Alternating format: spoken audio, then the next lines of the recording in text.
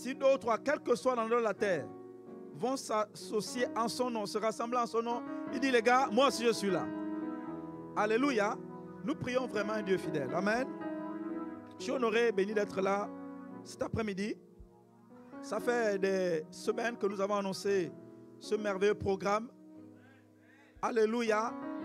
Qui est content de voir ce programme? Alléluia. Gloire à Dieu. J'honore la présence de Dieu au milieu de nous. J'honore également le père de ce ministère qui a vraiment payé le prix très jeune. Dès l'âge de 13 ans, il a accepté de payer le prix. Et vu l'obéissance qu'il a eue envers Dieu, nous pouvons voir tout ce que nous voyons autour de nous. Alléluia. Est-ce qu'on peut acclamer le Seigneur pour la vie de l'apôtre Alain Patrick? Tsengue, tsengue. Gloire à Dieu. Je voudrais ici encore une fois remercier l'ensemble du collège pastoral dont je suis un des pasteurs. Je voudrais remercier ici les pasteurs associés Françoise Augustin Dadier, ils ne sont pas encore là. Gloire à Dieu. Le pasteur Marlène. Et mon épouse ici présente, le pasteur associé Aïda Moussabou. Gloire à Dieu. Je remercie les délégations qui sont venues de Nantes. Et d'ailleurs, est-ce qu'on peut acclamer le Seigneur?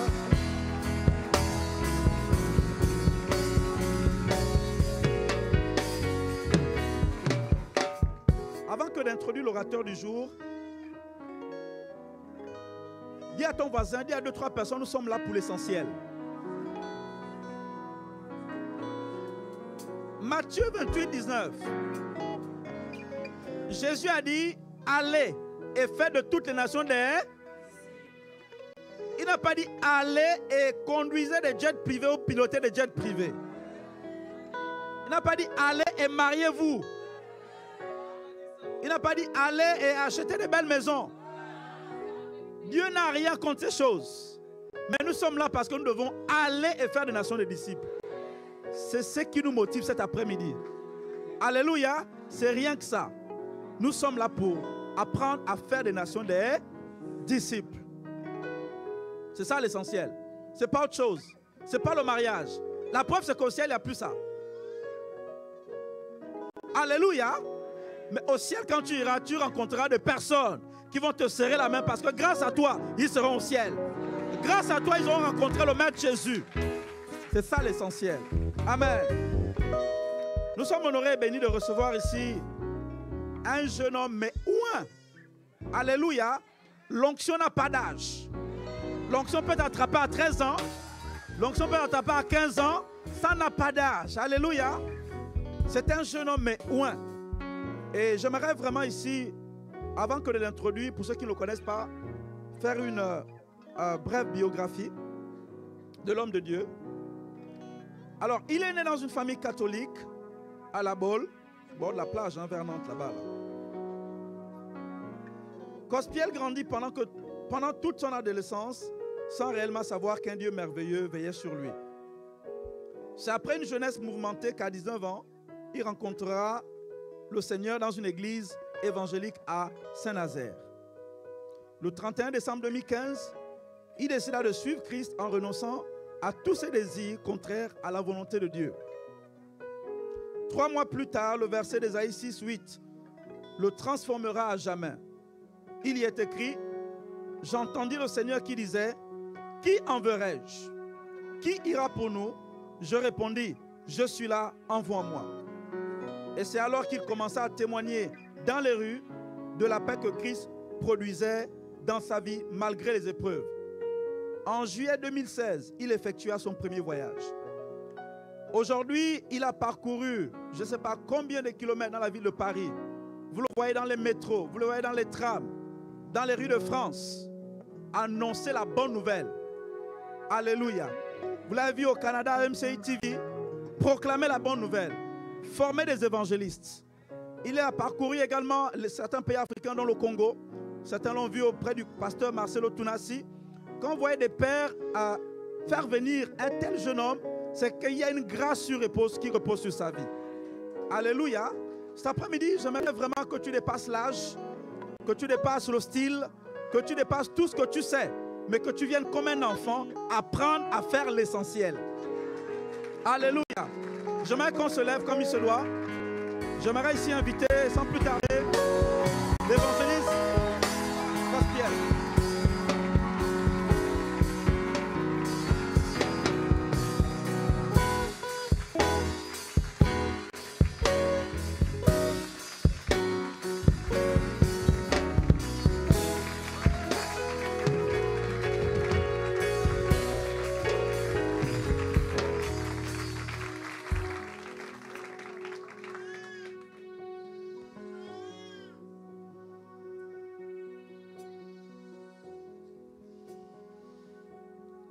J'aimerais qu'on puisse s'incliner nos têtes. Saint-Esprit, j'aimerais te remercier, Seigneur, pour ce grand privilège de pouvoir apporter ta parole. Saint-Esprit, je fais cette prière que toi seul sois glorifié. Toi seul reste dans les cœurs. Oui, Seigneur, je suis sur l'affiche, mais Seigneur, je prie que toi seul reste dans les cœurs. Toi seul, Seigneur, sois le centre de l'attention. Qu'après ce message, le peuple de Dieu puisse oublier l'homme afin de se souvenir de Christ. Seigneur, je prie que la semence qui soit déposée soit une semence d'adorateur et non d'idolâtre, Seigneur. Je prie, éternel Dieu, que l'esprit religieux soit lié au nom de Jésus. Nous déclarons que ceux qui ont soif vont boire au nom de Jésus. Seigneur, je crois qu'il n'y a rien de trop mort que tu ne puisses ressusciter. Alors je te demande maintenant, Seigneur, de guérir les foi de ceux qui ne croient plus, de ceux qui n'arrivent plus à saisir la parole, de ceux qui n'arrivent plus à saisir les bénédictions. Je te demande, Saint-Esprit, de guérir les foi. Que ceux qui ont la main sèche, Seigneur, soient guéris au nom de Jésus. Et toi qui es venu en doutant, toi qui es venu en ne savant plus ce que Dieu peut faire, je déclare que le Saint-Esprit ressuscite ta foi maintenant. Père, je te remets cet enseignement, ce message, ce témoignage. Et je déclare, Père, que tout ce qui sortira de ma bouche ne sera pas des discours convaincants, pas des discours persuasifs, mais des oracles de l'Éternel, Seigneur. Car c'est tremblant de crainte, Seigneur, que j'annonce ta parole. Dans le nom de Jésus. Amen.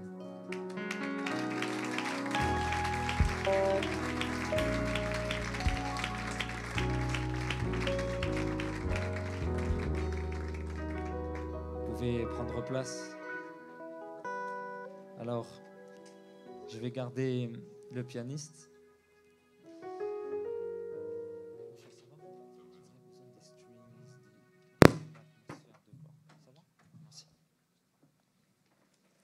Alors j'aimerais remercier le père de la maison, Alain Patrick Tsengue, si on peut acclamer pour sa vie. Amen.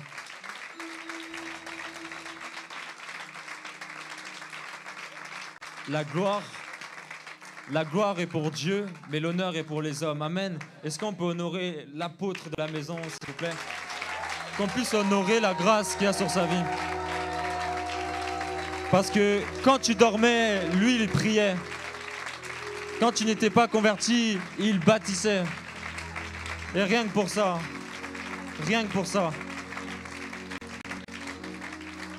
quand tu t'amusais et que tu perdais ton temps, lui priait pour toi. Rien que pour ça. Alléluia. Je ne pourrais pas citer tous les prénoms, alléluia. Mais en tout cas, je bénis le corps pastoral. Zambé Apambo Labino. Ça veut dire que Dieu vous bénisse.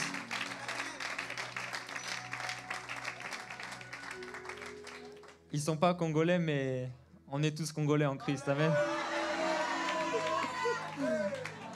Je dis ça pour rire. Non, j'aime beaucoup le Congo parce que c'est des Congolais qui m'ont évangélisé. Et puis dans RDC, il y a RDC comme Royaume des cieux.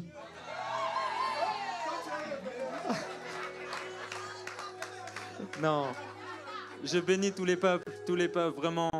Les Ivoiriens, je vous bénis. les Gabonais, alléluia, les Camerounais, amen, les Français, je ne pourrais pas tous citer, amen.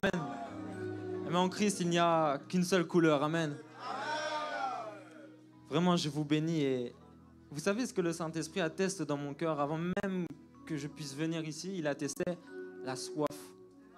Ce qui caractérise cette église, c'est la soif, la jeunesse, la vitalité. Waouh! Et vous savez que Jésus il a donné une parole pour ceux qui ont soif. Vous le savez ça? Il dit si quelqu'un a soif, qu'il vienne à... Et des fleuves d'eau vive couleront de son sein. Ça veut dire que Jésus spirituellement dissocie ceux qui croient et ceux qui ont soif. Lorsque j'ai voulu me fiancer, j'ai eu un problème avec ma fiancée. J'ai soif de Dieu, amen. Alors, j'ai eu un problème parce qu'elle me plaisait. Elle avait un bon cœur, un cœur repentant. On a suivi les enseignements de Pasteur Aïda sur Parole de femme. Elle avait un bon cœur, elle me plaisait, spirituellement une bonne vision, mais un problème dans la maturité spirituelle. J'ai dit, waouh! Je dis, Seigneur, il faut qu'elle puisse porter mon ministère. Mais elle n'avait pas cette maturité spirituelle que je pouvais attendre. Alors je fais un jeûne. Parce que le jeûne peut donner des réponses. Amen. Ça te dispose. Alléluia. Alors je jeûne. Et Dieu me donne une punchline. Dieu me dit, ne regarde pas selon sa maturité, mais regarde selon sa soif, car la soif amène à la maturité. Alors, je fais un pas en arrière, je prends du recul et je me dis, peut-être qu'il y a des zones où elle a besoin d'être enseignée, mais j'ai jamais vu une femme qui avait soif comme elle. Et en fait, tu peux comparer ça à quelqu'un qui a de l'appétit. Tu te dis, lui, je sais qu'il est sec, mais vu comment il mange, je sais qu'il va grossir.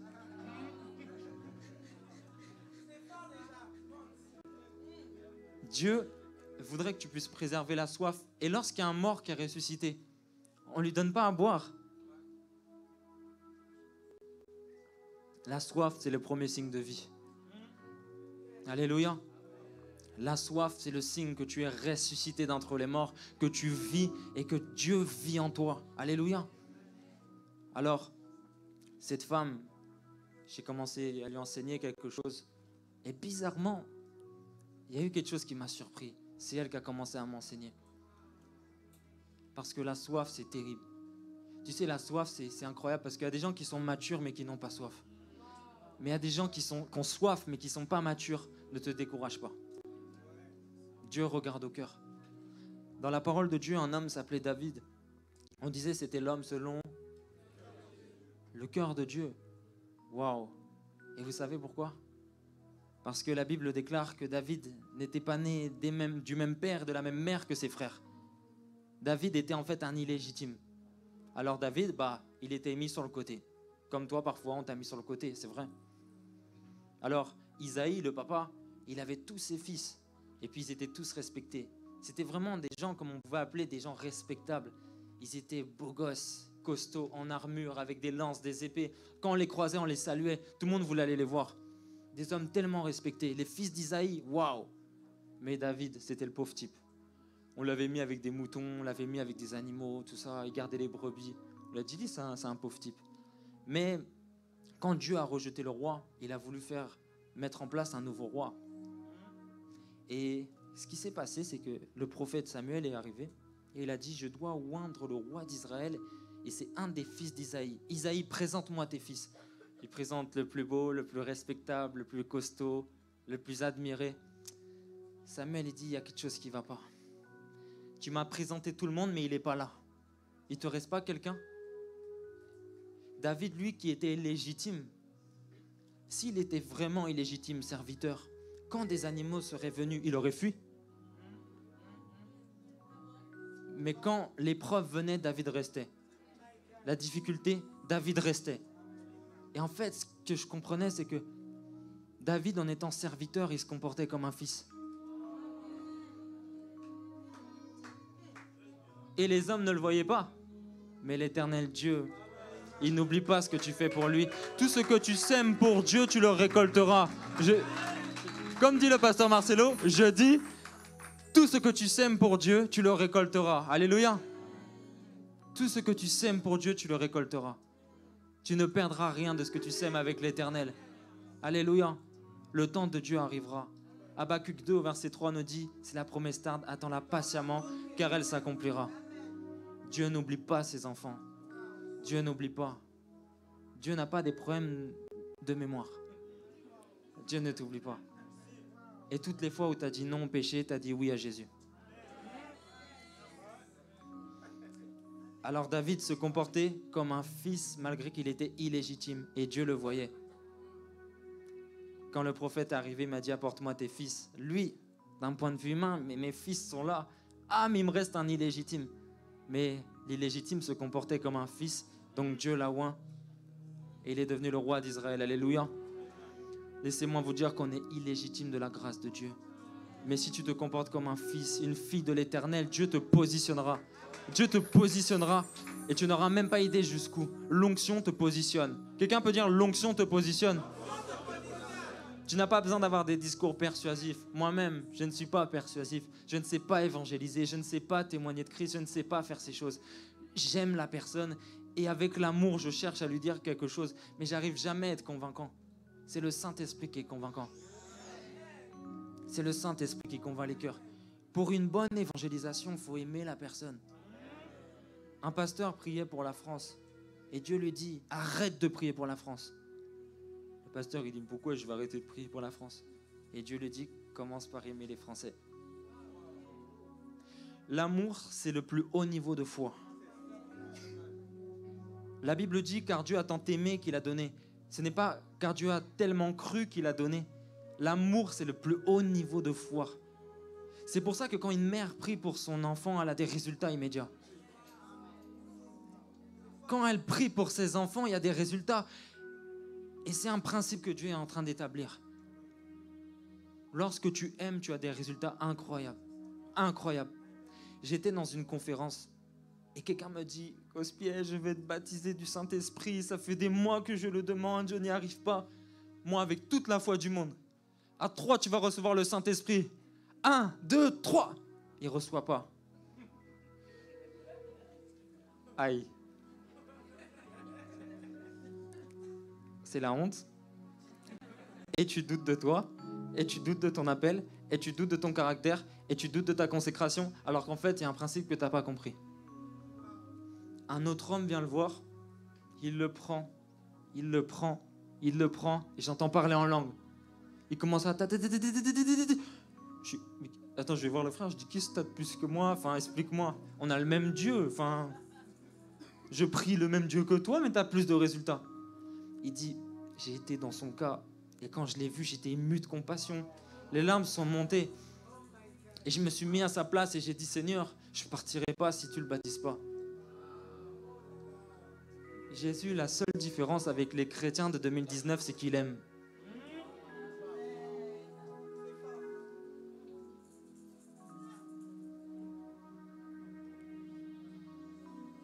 Ah, je vous ai donné 60% de l'enseignement.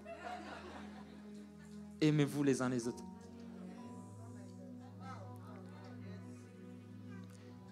C'est grave, je vous dis. On n'est pas de la même église, on s'aime un petit peu moins.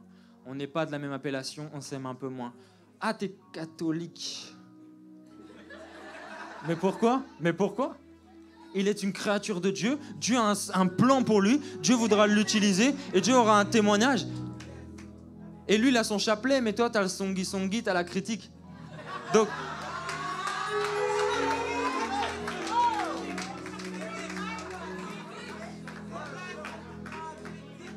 Mais non, mais lui, il a son chapelet de repentance. Oui, il est idolâtre avec son chapelet de repentance. Il pense que c'est en tournant les billes que la repentance se met en marche. Ok, mais toi, tu critiques quand un pasteur tombe.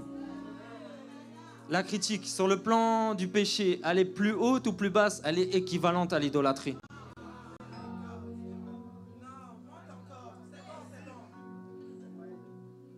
Vous voulez le réveil? Personne n'aime être réveillé le matin.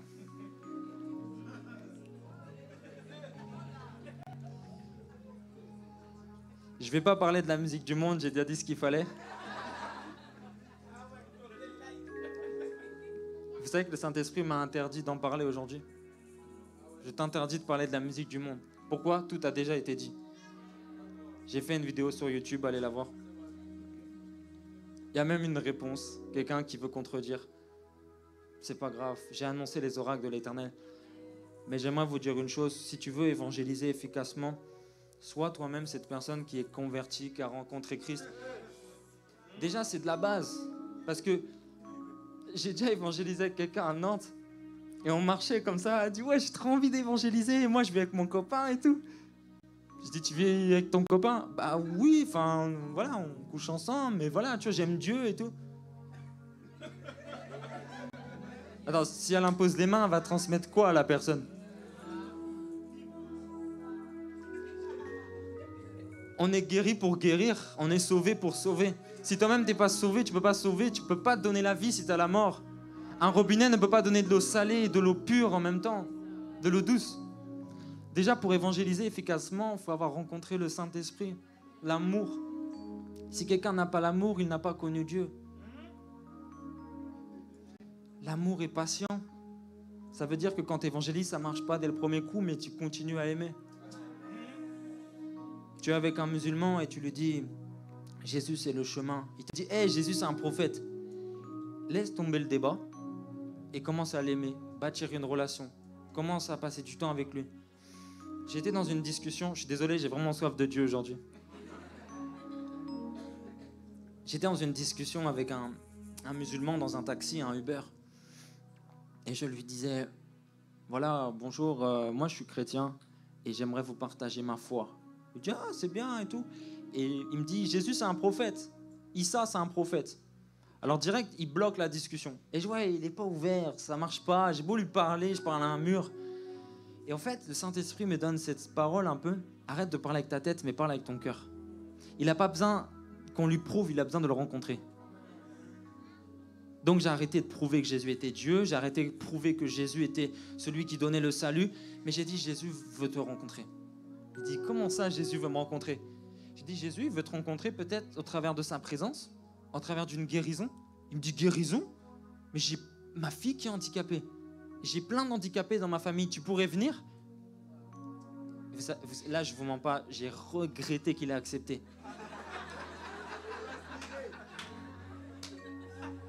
Vous savez comment ils sont, les rebeux? Ils m'ont fait un guet-apens. Quand je suis arrivé, il y avait au moins 20 personnes dans l'appart. Une maman de 60 ans, un monsieur de 80 ans, un de 23 ans, un de 5 ans, et un monsieur tout gris allongé. Tout gris, en train de mourir. Et je dis, waouh, waouh, waouh, comment je vais pouvoir? Je vais pas pouvoir. Là, je doutais carrément. Ils étaient là avec des barbes, ils étaient là impressionnants. Je me suis dit, c'est chaud. Parce que si Jésus n'agit pas là, c'est la honte. Parce que j'étais là, trop sûr de moi dans le taxi, et là, maintenant, je suis face à la famille. Aïe, aïe, aïe. Bon, j'arrive, je dis, je vais prier pour vous dans le nom de Jésus. Oui, oui, tu peux. Je prie comme ça. Elle dit, je sens une chaleur, je sens une chaleur. Elle a fait ça. J'ai plus mal. Et là, elle pleure. Et là, il y a l'onction directement. La présence de Dieu, la gloire de Dieu. Ça descend. Un monsieur avec une toute petite jambe. Une grosse jambe et une petite jambe. Il me dit, en fait, vu que je boite, j'ai perdu du muscle. Donc, il ne peut pas appuyer sur sa jambe. Alors, je dis, ok. Moi, je ne prie pas pour les malades. Je guéris les malades. Je n'ai pas dit, Seigneur, je te demande de le guérir.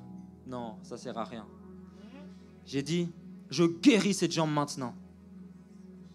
Il fait, oh, il commence à marcher, il a la jambe en fait qui a pris de la fermeté. Je ne sais pas, Dieu par une force surnaturelle. Et maintenant, il ne boite plus.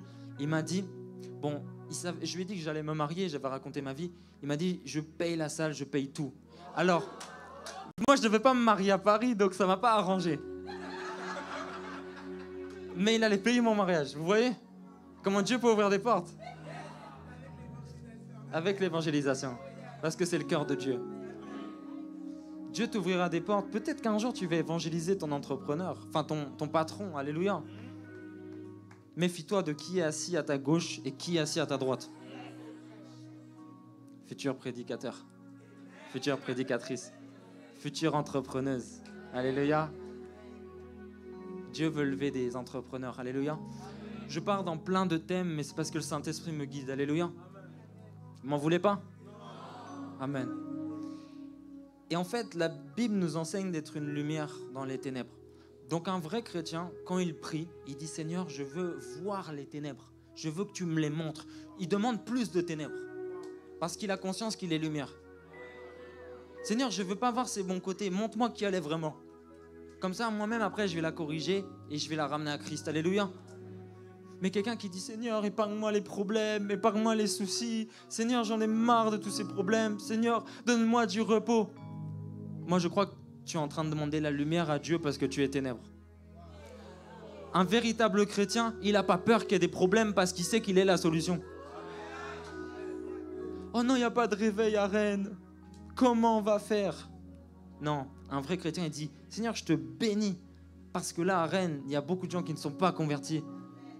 Alors je vais impacter. » Alléluia. Il a conscience qu'il est la réponse. Et un homme de Dieu, Papa Talingano, m'a dit qu'au ciel, les démons ne tremblent pas devant Jésus, ils tremblent devant toi. Je dis, c'est quelle doctrine ça encore? Non, c'est vrai, je le dis, ça m'a choqué. J'ai dit non, comment ça, ils ne tremblent pas devant Jésus? La Bible fait que de dire devant Jésus. Il dit non, mais oui devant Jésus, mais oui devant toi aussi. Jésus t'a donné l'autorité d'une telle manière que ton nom de famille, c'est Christ. Ok. Le souci du diable, c'est que il s'en fiche que tu pries, mais à un point. Il s'en fiche que tu lises la parole à un point. Mais un truc qu'il s'en fiche pas, c'est que tu te connaisses. Aïe, aïe, aïe. Un chrétien qui arrête de prier 1 heure, mais qui prie 2 minutes, avec plus d'efficacité. Joyce Meyer disait, je ne prie pas plus de 5 minutes, mais je ne passe pas 5 minutes sans parler à Dieu. Est-ce qu'on pourrait contracter nos prières pour que les 1 heure que tu fais en parlant en langue, oui, c'est bien de parler en langue, ça édifie, alléluia, mais est-ce que des fois tu pourrais faire des temps où tu crois en ce que tu dis? Vous voulez un exemple? C'est ce soir que Dieu a réservé une explosion, mais on va faire un exemple. Vous êtes prêts? Ok, regardez l'atmosphère. Regardez l'atmosphère. Ok? Est-ce qu'avec foi, on peut dire Saint-Esprit? Saint-Esprit. Regardez l'atmosphère.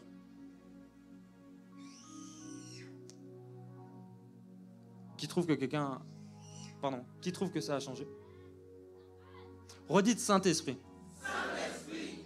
Est-ce que l'atmosphère a changé? Lève la main si tu trouves qu'elle a changé.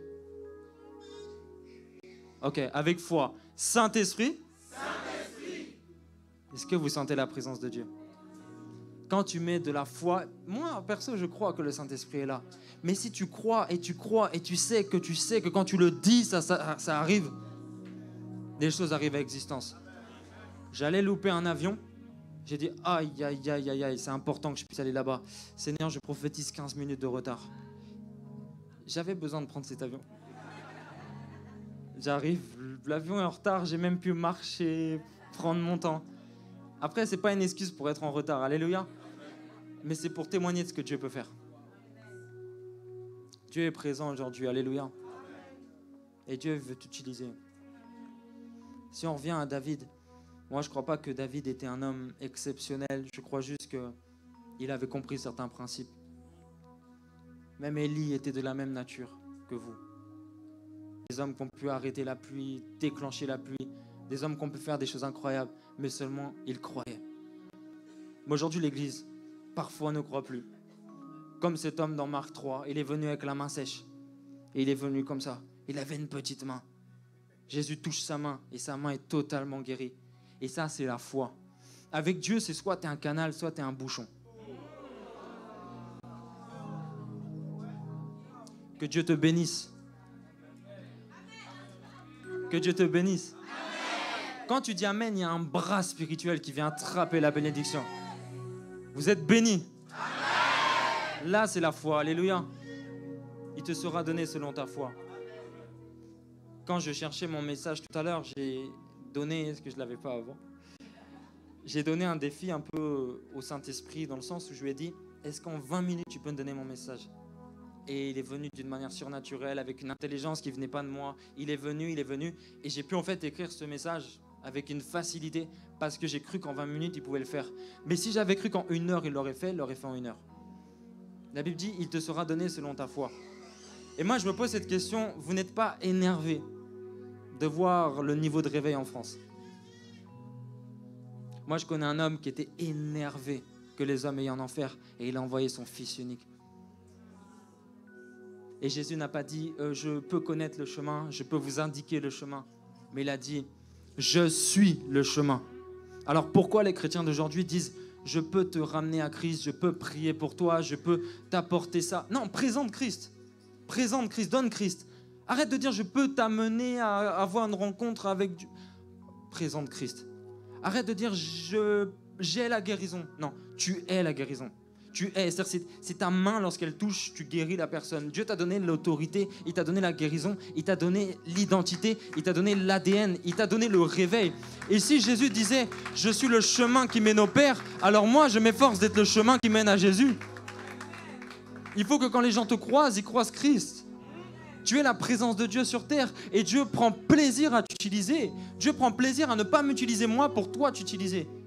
Dieu prend plaisir à utiliser ses enfants.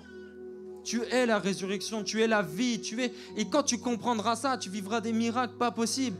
J'ai fait des guérisons par la grâce de Dieu, j'en ai eu beaucoup, mais à force de jeûne, il fallait que je jeûne pour avoir une guérison. Il fallait que je jeûne parce que je me basais sur Matthieu 17, 21. Certains démons ne sortent que par le jeûne et la prière. Alors je jeûnais pour les guérisons avant de prier pour les gens. Mais un jour j'ai dit, bon, il faut que je jeûne, oui. Mais c'était trop long les guérisons, les délivrances c'était trop long. On pouvait faire 4 heures de délivrance. Je me suis énervé. Jésus, en quelques secondes, il ressuscite Lazare. Et moi, il vit en moi et je mets du temps. J'ai refusé, je me suis énervé. Plus jamais je mettrai du temps, j'ai dit. C'est pas de l'orgueil, c'est de la foi. Amen. Alors j'ai dit, je vais essayer de comprendre c'est quoi la foi. Alors la foi, c'est comparable à quelqu'un qui invite 7 personnes à manger, mais à 6 chaises. Et la personne a dit, ah bah désolé, on n'a pas de chaise pour toi. Et la personne a dit, bah moi je vais m'asseoir dessus, j'ai foi en Dieu, ça ne va pas s'écrouler. La personne s'assoit sur la chaise, pah, elle tombe par terre. Les gens ils disent, mais t'as douté? Il dit, non, j'ai cru. Mais je sais pas, c'est tombé, ça n'a pas marché. Et bien en fait, l'enseignement dans cette petite histoire, c'est que le gars il n'a pas douté, mais l'objet de sa foi était pourri. Si l'objet de ta foi c'est toi-même, ça ne marchera jamais. C'est pas quand je prie, je ne sais pas si j'ai la guérison. Je ne sais pas si je peux ressusciter. Je ne sais pas si je peux gagner son âme. Mais je sais que Dieu peut. Tu te défocalises de toi-même. Je ne sais pas si je peux te guérir, mais je sais que Dieu est capable. Sois guéri. Je ne sais pas si je peux arrêter cet avion qui est en retard, mais je sais que Dieu peut. Si tu te défocalises de toi-même, ça sera mieux. Je ne sais pas si je peux prophétiser, mais je vais prophétiser. Alléluia. Parce que Dieu est capable de m'utiliser pour ça. Arrête d'évaluer ce que Dieu t'a donné. Parce qu'avec Dieu, c'est différent. On ne prend pas les dons et on voit ce qu'on peut faire avec les dons. On voit une situation et Dieu nous équipe en fonction. C'est pourquoi Dieu n'appelle pas les qualifiés, mais Dieu qualifie ceux qu'il appelle. Quand Dieu te veut pour une situation, il te donne les dons, les talents pour la situation. Alléluia.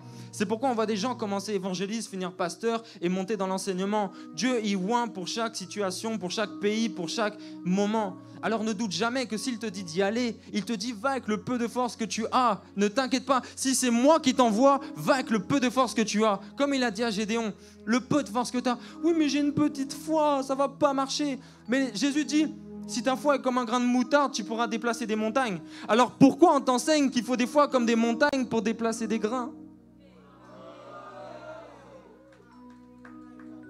Il te faut une foi comme une montagne pour déplacer un grain? Non, ta petite foi marchera. Ta petite foi marchera, ma sœur. Tu ne te sens pas affermie. Tu ne te sens pas prête. Mais si seulement tu vis dans la sainteté, tu as un grand Dieu qui peut t'utiliser. Je ne peux pas accepter que quelqu'un évangélise s'il n'est pas lui-même sauvé. Et les bonnes œuvres sont importantes en Christ. On ne pratique pas des bonnes œuvres pour être sauvé, mais on pratique des bonnes œuvres parce qu'on est sauvé. Et c'est pour ça qu'une fois que tu as compris ça, tu vas tellement impacter. Alléluia, il faut encore que je bois. Amen. Un homme s'appelait Claudio Fredzon. Il était aux États-Unis Et Dieu lui dit, va en Argentine. Oh my God, Nzambe Nangai. Je dois quitter ma zone de confort. Yako. Attends, le gars, il est dans sa zone de confort. On lui dit, va en Argentine. Imagine, tu habites aux États-Unis, on te dit d'aller en Argentine. Aïe, aïe, aïe. Il y va, il ouvre une église, il n'y a que des mamies. Que des mamies dans l'église. Et ce n'est pas une semaine, ce n'est pas 2 semaines, c'est des années. Il n'y a que des mamies dans l'église. Il n'y a pas beaucoup, une quinzaine de personnes. Que des mamies. Je dis, mais Seigneur, tu m'as abandonné. Tu m'as promis un réveil en Argentine et j'ai que des mamies. Il évangélise, il prêche, il fait ce qu'il faut, mais ça ne marche pas. Mais la Bible dit, l'épreuve de votre foi produit la persévérance. Alléluia. Alors il persévère. Et puis un jour, d'autres personnes commencent à arriver surnaturellement. Et si ce n'est pas Dieu qui ouvre les portes, personne ne pourra les ouvrir. Les portes surnaturellement, il a continué de faire ce qu'il faisait. Il évangélise, ça ne marche pas, mais c'est pas grave. Il évangélise, il aime les gens, il les aime, il s'investit. Et un jour, il s'est converti, ça fait bizarre. Une deuxième personne qui se convertit, troisième, quatrième, 5. Son église atteint 1000 membres, 2000 membres, 3000, 4000, 5000, 10 000, 20 000, 30 000 membres aujourd'hui. Il a la plus grande église d'Argentine. Parce que l'obéissance vaut mieux que les sacrifices. Dieu, des fois, il veut seulement que tu puisses obéir. Mais toi, tu convertis ton obéissance par des jeunes et des jeunes et des jeunes, alors que Dieu t'appelle tout simplement à être obéissant. L'obéissance vaut mieux que tous les jeunes. J'aime jeûner, alléluia.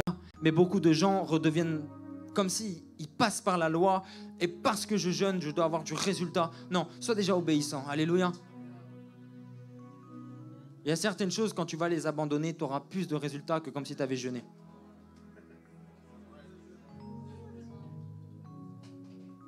Étroite est la porte qui mène au ciel. Large est le chemin qui mène à la perdition. Bill Johnson, pasteur principal de Bethel, un jour, il s'est dit, je crois que je peux guérir les malades. Je crois que le Dieu de la Bible peut encore guérir. Alléluia. Qui croit ça aujourd'hui? Alors il se met à prier pour les cancéreux. Il a un fardeau, les cancéreux. Alléluia. Alors il prie pour un cancéreux. Oh, il n'est pas guéri. 2 cancéreux. Oh, il n'est pas guéri. Et il s'est amusé à compter. 3, 4, ils ne sont pas guéris. 5, 10, 100, 200, ils ne sont pas guéris. Mais Seigneur, tu m'as abandonné. Mais une conviction dit persévère. 300, 400, persévère. 600, 700, persévère. Et comme par hasard, au 1000e, une guérison. Mais là, c'était carrément une activation qui fait qu'il n'avait plus besoin de forcer. Dieu avait pris le relais. Il a commencé à prier pour les cancéreux. Et c'était dans la ville, j'ai pu noter, comment? Redding, en Californie. Et il a commencé à prier pour les cancéreux. Ils sont tous guéris. Ils sont tellement guéris qu'il se passe un truc dans la ville. Les gens ne cherchent plus de cancérologue, ils cherchent Bill Johnson. Parce qu'au bout de 100 guérisons, ça parle. Au bout de 10 guérisons, ça parle, je te le dis. Ça parle dans la ville. Hein. Imaginez à Rennes comment ça va parler bientôt.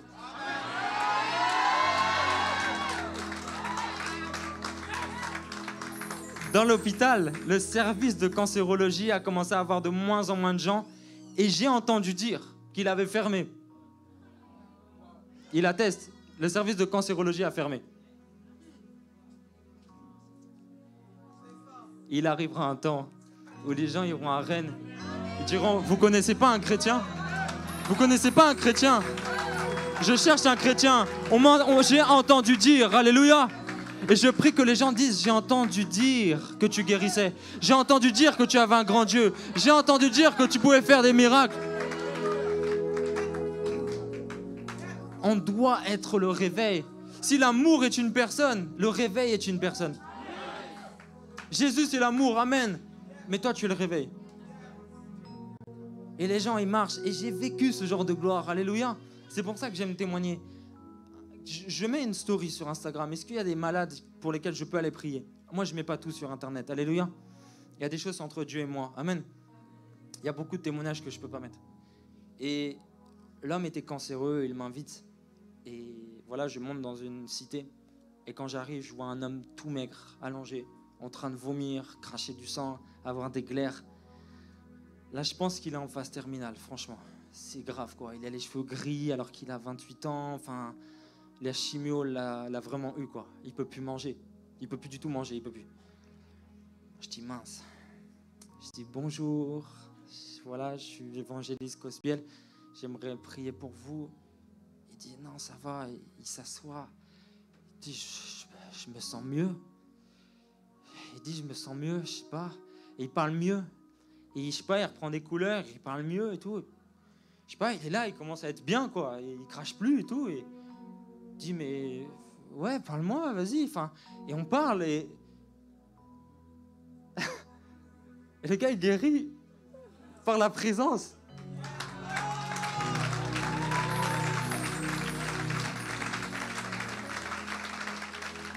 Et ce n'est pas moi, alléluia, c'est le Saint-Esprit en toi. Donc tout ce que je peux vivre, prends-le comme argument dans la prière pour que toi tu puisses le vivre. Dieu ne fait pas de favoritisme. Référence Jacques 2, verset 1. Dieu dit qu'il ne fait pas de favoritisme, alléluia. Alors, l'autre jour, je vais prêcher avec Jean-Luc Trexel dans une grande église, que des catholiques, c'était trop bien. Il y avait 1400 catholiques, mais ils avaient soif. Et ils étaient comme aujourd'hui. Ils avaient soif, ils parlaient en langue. C'était chaud. Et il y a un homme qui vient me voir. Oh, Cosbiel, ça fait plaisir de te... Je dis non, le cancéreux. Il était là à la conférence. Normal.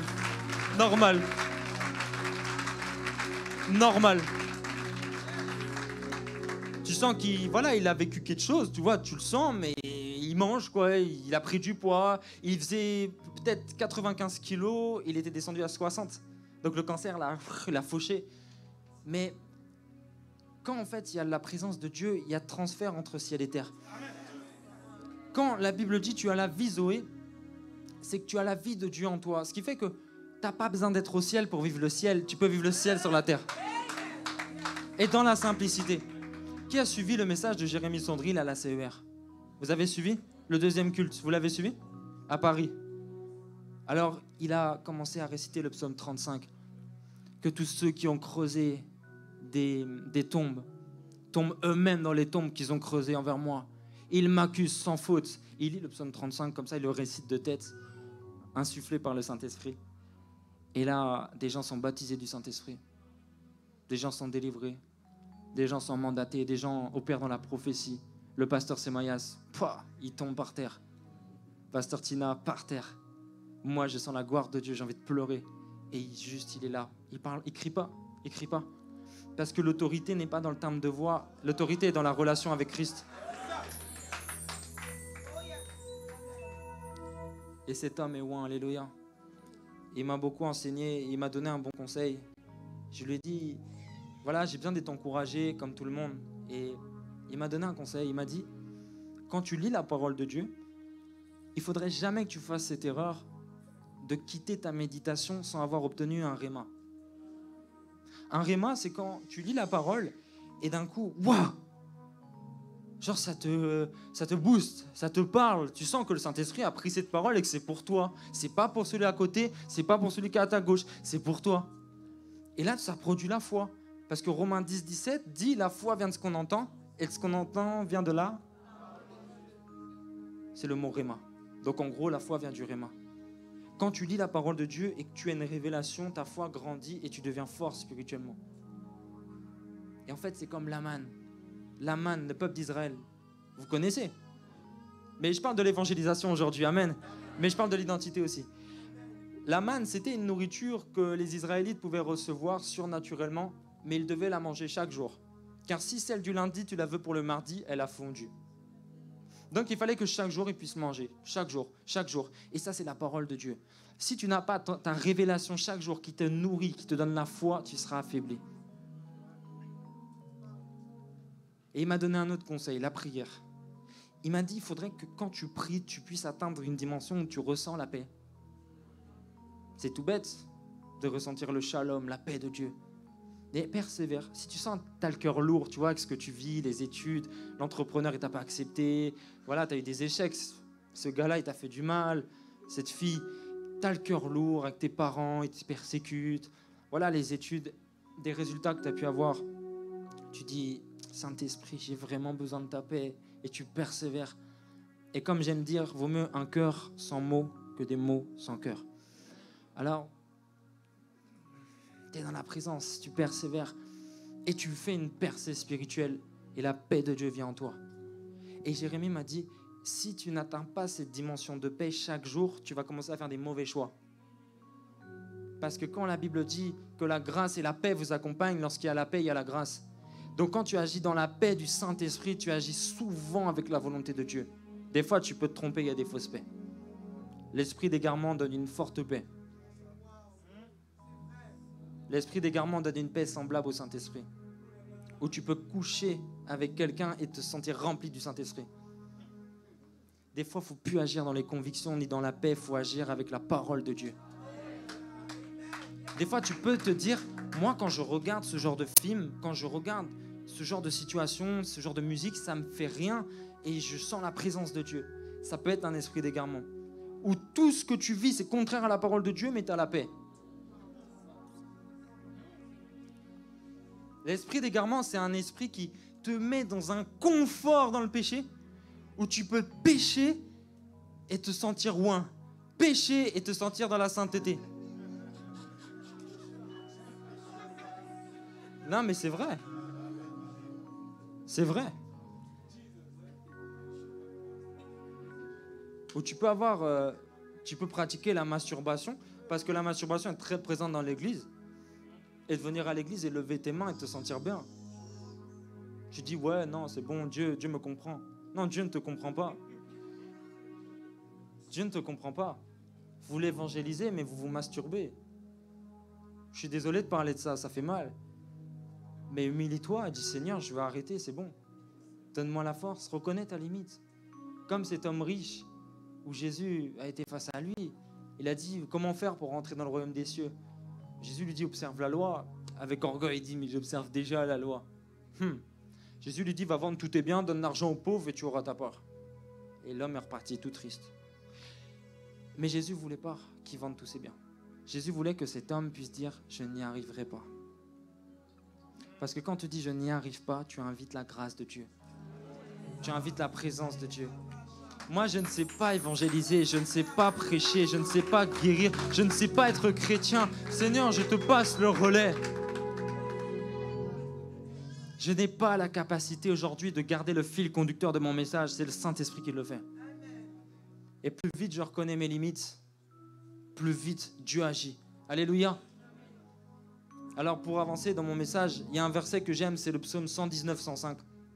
La Bible dit, la parole est une lampe à mes pieds, une lumière sur mes sentiers. Ok, ça veut dire que la parole de Dieu, elle est comme une lampe ici. Et à l'époque, c'était quoi? C'était des LED, OLED, électriques, c'était quoi? Ah, que Dieu te bénisse, toi et ton enfant. Quelqu'un m'a dit juste ici que c'était des lampes à huile. La parole est une lampe à huile. Mais dans le deuxième verset, c'est plus une lampe, c'est une lumière. Qu'est-ce qui l'a activé? Qu'est-ce qui a activé la parole? Qu'est-ce qui fait que, pour toi, c'est ennuyant, mais pour moi, c'est intéressant? Qu'est-ce qui fait que le pasteur a des révélations, mais que toi, tu n'en as jamais? Tu lis la parole, c'est... Ouais, ben voilà, il fait des nations des disciples. Il leur dit ceci, mais vous recevrez une puissance. J'arrive pas. Et tu comprends jamais la parole. Tu la lis, mais c'est... Ça n'a pas de vie, quoi. Qu'est-ce qui fait que ça passe de lampe à lumière? C'est l'huile. L'huile du Saint-Esprit. Où tu dis, précieux Saint-Esprit, toi qui es là pour ça, révèle-moi les Écritures. Et tu lis, j'ai pas compris. Précieux Saint-Esprit, toi qui es là pour ça, révèle-moi les Écritures. J'ai jamais compris ça. Révélation, ça produit la foi et t'en veux plus. Et t'en veux plus, t'approfondis, et tu commences à écrire des méditations comme un pasteur. Waouh, comme un pasteur, t'as des fiches.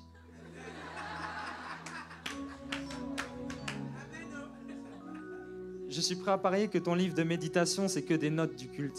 Ce n'est pas des choses que tu as vues toi-même. Et c'est dommage, parce que moi, je ne prêche pas des choses que j'ai entendues. J'essaie au maximum de prêcher des choses que j'ai méditées. Et ça a plus de vie, en fait. Parce que je transmets un rhéma, je ne transmets pas quelque chose que j'ai entendu. Alléluia. C'est le fruit de la méditation qu'on transmet. Amen.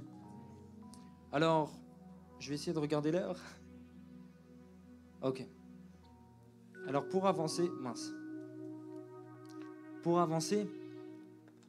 j'aimerais vraiment vous expliquer que les disciples, ils ont remarqué un truc chez Jésus. Les disciples, ils se sont dit, mais Jésus, il y a vraiment une particularité dans sa vie, c'est qu'il ne loupe jamais un rendez-vous avec le Père.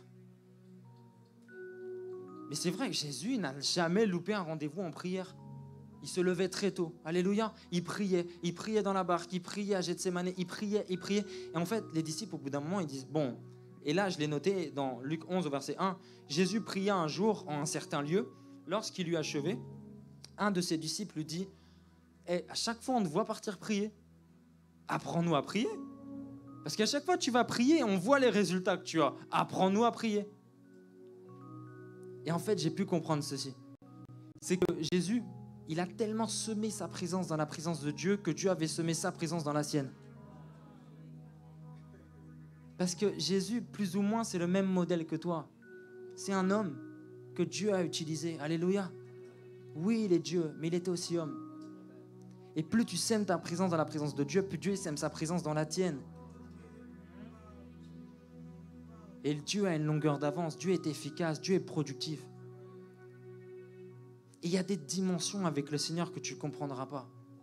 Moïse, il monte pendant 40 jours.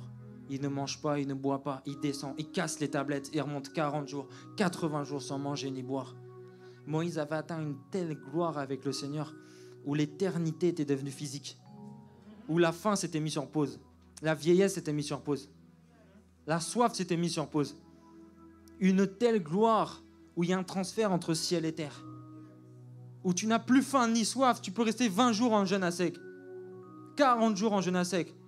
Au bout du 40e jour, Jésus eut soif et Jésus eut faim. Alléluia. Mais il n'a pas eu faim les autres jours. Une telle gloire qu'il était dans la présence de Dieu. Mais c'est dans les plus hautes gloires que le diable vient te tenter. Celui qui demande une élévation à Dieu demande une coupe plus amère que les autres. J'aimerais vous prêcher un vrai évangile. L'évangile du prix à payer. Jésus n'a jamais dit tout est facile à celui qui croit, il a dit tout est possible.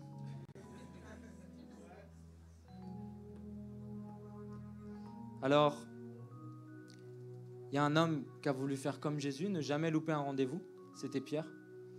Il a voulu, faire des éloges à Jésus. Il a dit, Jésus, je ne t'abandonnerai jamais. Waouh, je ne te renierai jamais, si même on doit me mener à mort. Waouh, quel adorateur. Et je crois qu'il était sincère, vraiment. Je ne pense pas que Pierre disait ça avec hypocrisie ou qu'il disait ça pour flatter. Non, je crois que Pierre aimait Jésus. Vraiment, je crois qu'il aimait. Et Jésus lui dit juste après, l'homme est plein de bonne volonté, mais il est faible. Certaines versions disent, l'esprit est bien disposé, mais la chair est faible. Mais voilà, alors Pierre, Jésus dit, dans ce cas-là, il va falloir qu'on prie ensemble, Pierre. À Gethsémanée, il va falloir qu'on prie. Pierre, il s'endort. Il le réveille, il dit, il faut qu'on prie. Il se réendort. Oh. Il faut qu'on prie. Il se réendort. Bon, 3 fois quand même. Le lendemain, Jésus est livré. Et Pierre renie 3 fois Jésus. Ma question, Pierre a renié Jésus devant les gens ou a renié Jésus en prière? Son combat, il l'avait perdu devant les hommes ou il l'avait perdu devant Dieu? Il y a l'armée de l'air et il y a l'armée de terre. Il avait perdu son combat en prière. Les combats que tu perds dans l'évangélisation, dans ta famille, tu les avais perdus en prière. Oh, il ne s'est pas converti. Non, mais est-ce que tu as prié pour qu'il se convertisse auparavant? Moi, quand j'arrive dans l'évangélisation, et j'ai prié pour tous les cas, j'ai prié pour toutes les sortes, j'ai lié tout ce qu'il fallait lier, j'arrive, c'est de l'eau. C'est pas pour me vanter, c'est pour témoigner. Alléluia. J'ai vécu un réveil en Martinique. J'ai jamais vu ça, même au Sénégal. Je vais vous témoigner. On était là et je prêchais dans une rue, les gens s'arrêtent. Je dis, waouh, la prière, ça marche.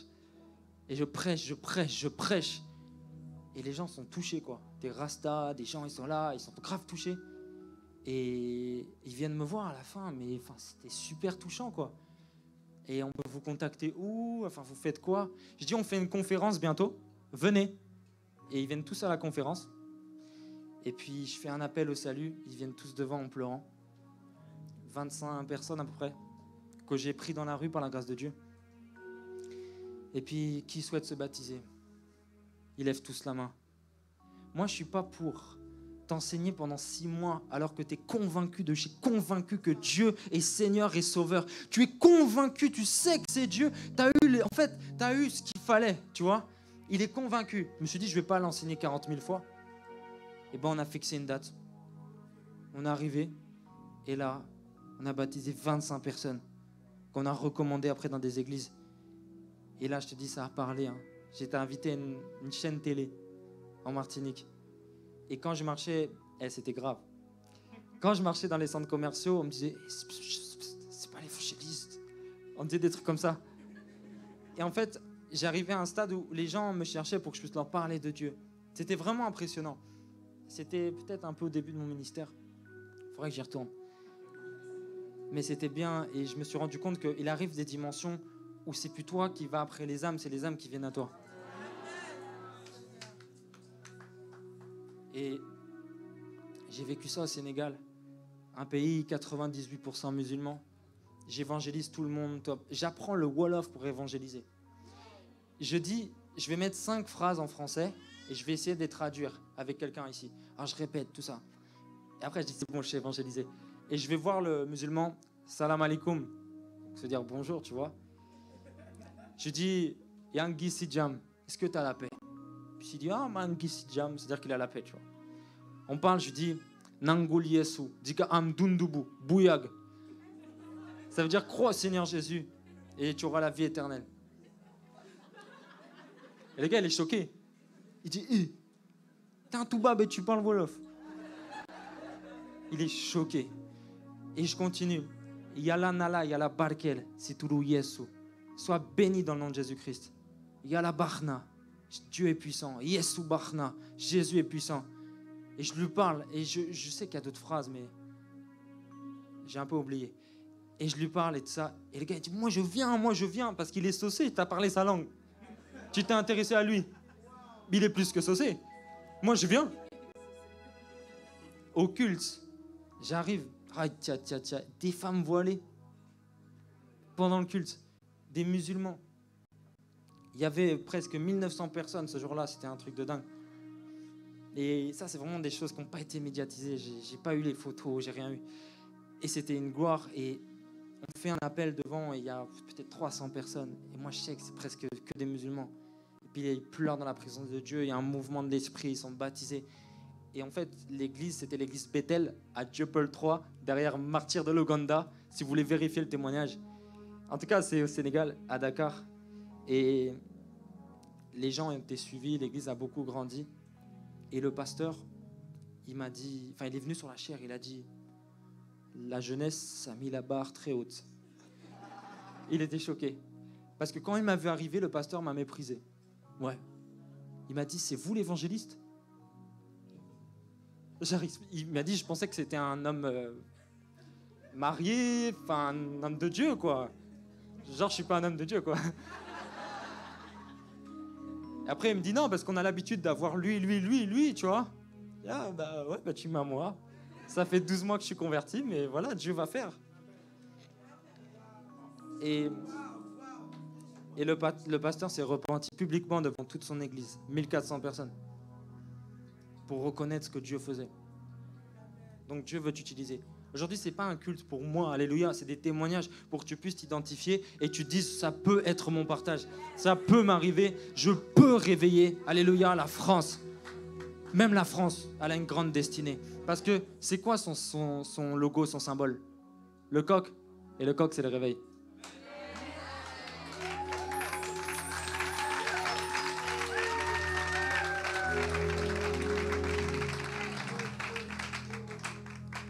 Dans tout ça, Jésus, dans tout ça, il revient voir Pierre, une fois ressuscité. Il lui dit, Pierre, m'aimes-tu? Pierre, il dit, bah oui, je t'aime, Jésus. Ok. Pierre, m'aimes-tu? Oui, je t'aime, Jésus.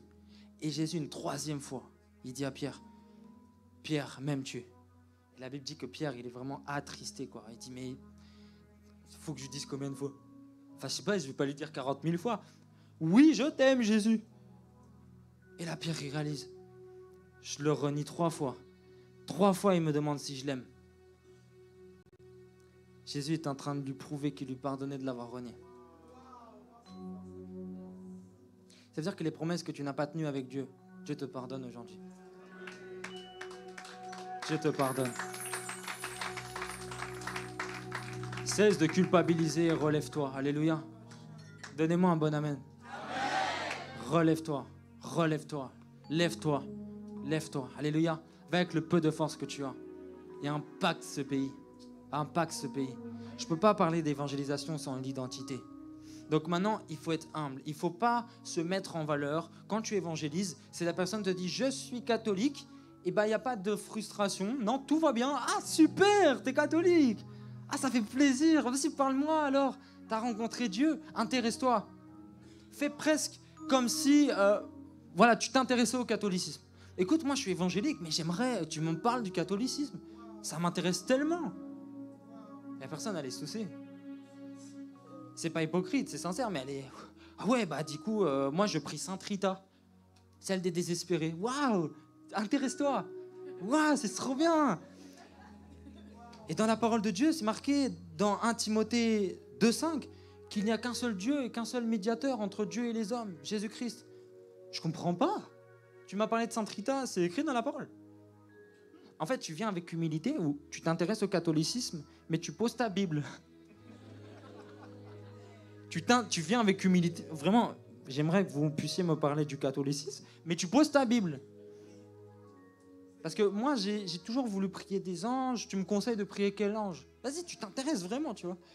Et puis à la fin, la personne, elle va te dire, bah ouais, bah du coup, tu peux peut-être prier Saint Antoine de Padoue si tu perds des objets. Non, mais c'est vrai. Hein. Tu peux prier, voilà, peut-être la Vierge Marie pour avoir plus d'exaucement. Tu lui demandes, tu fais la prière. Tu dis, waouh, tu t'intéresses. Et tu dis, mais c'est bizarre, dans Apocalypse 22, Jean, il a voulu se prosterner devant l'ange qui lui avait révélé l'Apocalypse. Mais l'ange lui a dit, garde-toi de le faire, en fait. Tu ne dois adorer que Dieu seul. Qu'est-ce que vous en pensez vis-à-vis de ce verset? La personne, elle va baliser, elle va dire, bah je pense qu'il ne faut plus le faire. Et combien de fois j'ai eu ce genre de réaction? Des catholiques qui abandonnaient toutes ces choses par la parole de Dieu. Mais il faut venir avec humilité. Que Dieu me donne l'intelligence de t'expliquer ce passage. Dans Ésaïe 6, déjà, je suis désolé, c'est l'évangélisation aujourd'hui, amen, mais c'est un peu avec la parole, amen. Déjà, dans la coutume juive, un homme, lorsqu'il voulait épouser une femme, il couvrait du pan de sa robe. C'était très symbolique. Et Ésaïe voit le Seigneur dans sa gloire. Tu peux augmenter vraiment l'atmosphère, mon frère. Imaginez, il voit le Seigneur dans sa gloire. Il voit les anges crier « Saint, Saint, Saint est l'Éternel des armées ». Et c'est incroyable, il voit la gloire de Dieu. Et là, tout à coup, il voit un temple. Et il voit les pans de sa robe remplir le temple comme ça. Il voit les pans de la robe descendre sur le temple comme ça. Le temple, c'est le bâtiment, l'église, c'est toi. Il voit les pans de la robe descendre. C'est la première chose qu'il voit. Il voit en fait Jésus qui a jeté son pan sur toi. Il voit en fait une demande en mariage comme ça. Lui, il connaît la tradition. Quand je vois Dieu, il me lance son pan de robe. Il me demande en mariage. Il ne veut plus que je sois serviteur, il veut que je sois époux. Alors il est choqué. Et là, il a une révélation. Malheur à moi, car j'ai vu l'Éternel et mes lèvres sont impures. Malheur à moi, car je vis dans un monde où les lèvres sont impures. Pourquoi il n'a pas parlé de péché, il a parlé que des lèvres? Parce que dans la présence de Dieu, la première révélation que tu as, c'est ta langue. Comme le médecin, tirer la langue, il peut voir ton état de santé spirituellement. Le médecin voit ton état de santé en te demandant de tirer la langue. Spirituellement, j'ai juste à t'entendre parler et je saurai où t'en es avec Dieu. Jérémie m'a dit, celui qui parle beaucoup ne manque pas de péché. Quand tu débites plus vite que tu réfléchis, tu dis des bêtises. Alors il a une révélation de sa bouche. C'est la première révélation. Et là, il est là dans la gloire de Dieu. Et là, il voit un ange prendre une pierre sur l'autel avec des pincettes, toucher ses lèvres et dire tes péchés sont expiés. C'est bizarre. Il prend une pierre sur l'autel des sacrifices avec des pincettes. En fait, ça prophétisait Christ. C'est messianique. Tu peux parler de ça à un juif, il va se convertir devant toi. Tu lui dis la pierre angulaire, la pierre rejetée, celui que personne n'a voulu considérer est devenu la pierre principale. Alléluia. Mais il y a quelque chose que j'ai noté dans ce passage. Et ça, c'est l'évangélisation. Les pincettes. Les pincettes, c'est quoi? Il prend comme ça. Avec des pincettes. Les pincettes, c'est la douceur de l'évangile. Matthieu 5, 5. Heureux les doux, car ils gagneront le monde. Ils hériteront la terre. Une parole douce brise les os d'un prince. Une parole douce calme la fureur. Mais une parole dure l'envenime. J'étais hier dans le métro pour venir à Rennes, pour aller à Montparnasse. Un fou rentre dans le métro, il fait genre 2 mètres, il était comme ça. Déjà, je suis un peu grand, par la grâce de Dieu, amen. Mais il était plus grand, donc ça fait peur. Et il monte, il est costaud, c'est une baraque à frites. Et il est là. Il monte, non, c'est des muscles, amen, je me moque pas. Il est costaud, vraiment, il a des muscles. Et puis il rentre, il met un coup de pied à quelqu'un. Il est bizarre, lui. Il met un chassé à quelqu'un qui sort. Il est chelou. Et puis, voici ce qui se passe. Il met une petite gifle à un petit sur le côté. Je sais, bon, il est chelou, lui. Et là, il me regarde comme ça. Je sais, là, ça va être mon tour. Sauf que, confrontation de puissance. Je souris. Je dis, spirituellement, je souris, mais je dis, tu ne me toucheras jamais. Je te balise avec des anges. Je te promets, tu ne me toucheras jamais. Et là, il y avait des racailles à droite. Ils étaient en train de faire du bruit, mais quand lui est rentré, ils se sont tais. Ils avaient peur. Le gars était hyper grand, il tapait tout le monde. Il met un coup de poing dans la vitre et tout. Il est là, il est dérangé. Il est là. Tu te dis, waouh, il va taper quelqu'un. Et confrontation de puissance. Et pendant 5 stations, ça fait 10 minutes. Le gars, il me regarde dans les yeux comme ça. Il est là, il est là. En fait, il est là. Et il me regarde comme ça. Et à un moment, il fait ça. Juste au-dessus de ma tête. Pour m'impressionner. Et je suis resté dans la paix. Parce que je savais qu'il ne pouvait pas me toucher. Confrontation de puissance. Je vous promets, celui qui vit en toi est plus grand que celui qui est dans le monde. Si seulement tu sors évangéliser, qu'est-ce qui va t'arriver? J'ai prêché au quartier nord de Marseille, j'ai prêché à Saint-Denis, j'ai prêché dans tous les quartiers que tu peux imaginer, j'ai prêché au Maroc, j'ai évangélisé en Algérie à l'aéroport. Qu'est-ce qui peut m'arriver? J'ai prêché, un moment on était là, on était en Martinique, je prêche dans un quartier chaud, 40 jeunes viennent sur moi. Moi je reste calme, je parle de Jésus, ils sont repartis. Ils voulaient me dépouiller parce que j'étais à mon délai. Mais ils n'ont pas pu. Au Congo, 10 arrestations en 3 semaines. Je suis sorti à chaque fois, ils vont faire quoi? Un moment, par contre c'était long. 1h30 avec une arme. Il était comme ça avec son arme devant moi. Ouais, là, ça m'a un peu choqué, mais je savais que j'allais sortir. Alléluia. Alors, le pasteur Marcelo m'avait donné une combine. Il m'avait donné le numéro d'un lieutenant qui allait à chaque fois me sortir de ce genre de choses.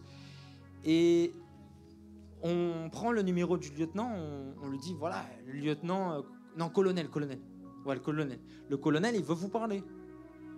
Le gars, il raccroche. Quel orgueilleux. Le policier raccroche. Il a dit, moi, ça m'impressionne pas. Moi, j'ai vu des gens mourir. Vous n'allez pas m'impressionner. Le colonel, il n'a pas rigolé. Il a envoyé quelqu'un. Et la personne, elle a tremblé. Elle nous a libérés. En fait, là où j'aimerais te dire, c'est que quand Dieu te donne le mandat, il te protège. Et les gens ont peur d'évangéliser. Ils ont peur. Oh non, surtout pas les musulmans. Mais tu sais que c'est les plus faciles à convertir. Les plus faciles. Tu les contredis pas. Mais tu l'en fais rencontrer Christ.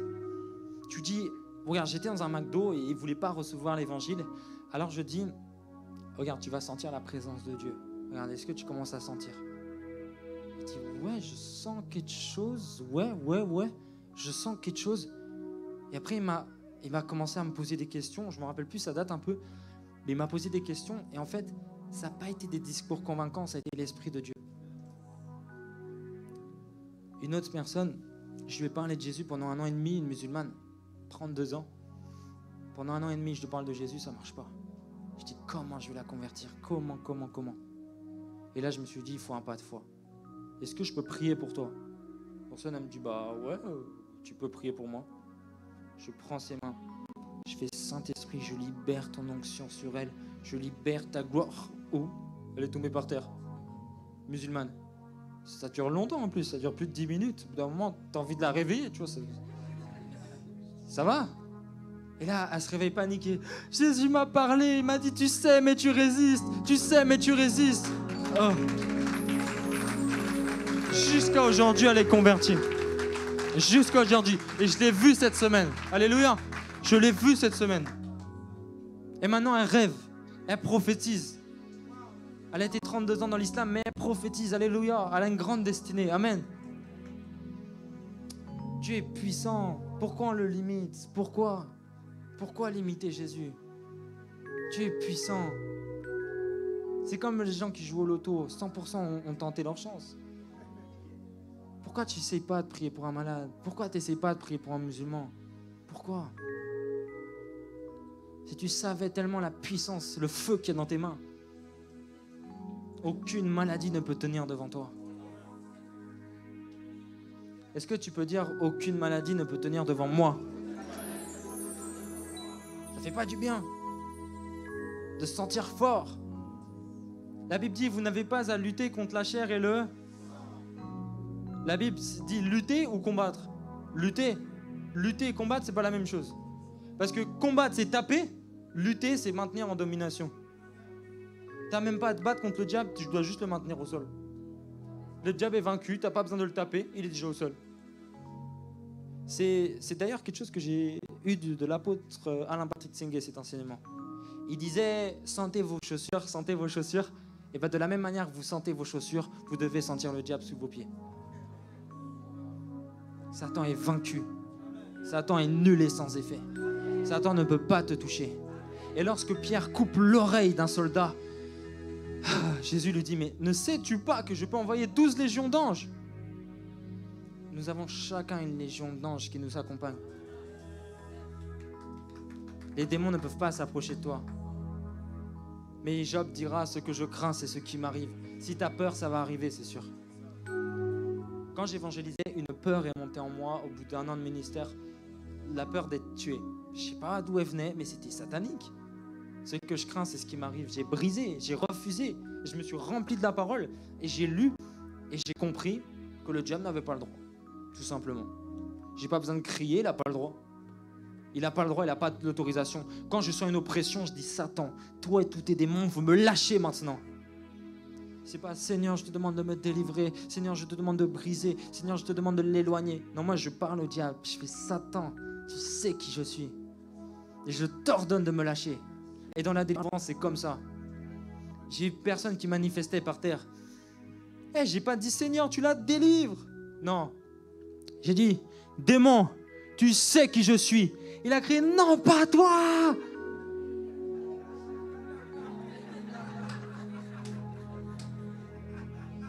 Si. À 3, tu sors. 1, 2, 3. Il est sorti. L'onction des 3 secondes, que cela soit ton partage. Si seulement tu prends conscience de ton autorité, tu ne seras plus jamais cette personne. Je t'ordonne de sortir, au nom de Jésus, au nom de Jésus. Non, démon, moi je crie pas. Démon, j'ai même pas besoin de crier. Silencieusement, tu sors. 1, 2, 3. Autorité. Et tu pries plus après le 3, sinon tu prouves au diable que tu as douté de ton 3.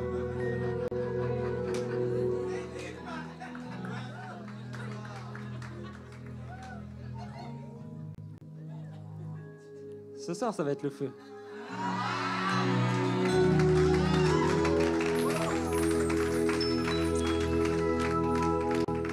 Je suis arrivé à terme de mon message. Je vais juste terminer en priant. Alléluia. Si tu peux juste incliner ta tête. Et Saint-Esprit, je te prie de sceller cette semence dans ton sang, dans le sang de l'agneau. Je déclare que cette semence ne te quittera jamais. Et qu'à partir d'aujourd'hui, tu es une femme de prière, un homme de prière, un conquérant, une conquérante. Sois convaincu et tu seras convaincant. Si tu n'es pas convaincant, c'est que tu n'es pas convaincu. Sois convaincu de ton salut, sois convaincu de ton autorité, sois convaincu du réveil. Sois convaincu que tu es le réveil, sois convaincu que tu es la guérison, sois convaincu et je dépose ça en toi. Au nom de Jésus, Père, je te demande d'attester cette parole par un réma dans les cœurs. Saint-Esprit, je scelle cette semence dans les cœurs au nom de Jésus. Et Satan, tu ôtes tes pattes de cette assemblée au nom de Jésus. Que tous les démons qui avaient été mandatés pour reprendre cette semence, je vous ordonne de quitter et de ne jamais revenir. À partir d'aujourd'hui, tu es un conquérant, tu es une conquérante. Et le diable a peur de toi. La maladie a peur de toi. Les problèmes ont peur de toi car tu es la solution, car Christ vit en toi. Dieu t'a établi comme un Dieu sur terre. Dieu élève les humbles mais résiste aux orgueilleux. Alors que ton identité ne soit pas une excuse d'être orgueilleux. Reste simple, mais dans la conscience de qui tu es. Dans le nom de Jésus. Amen.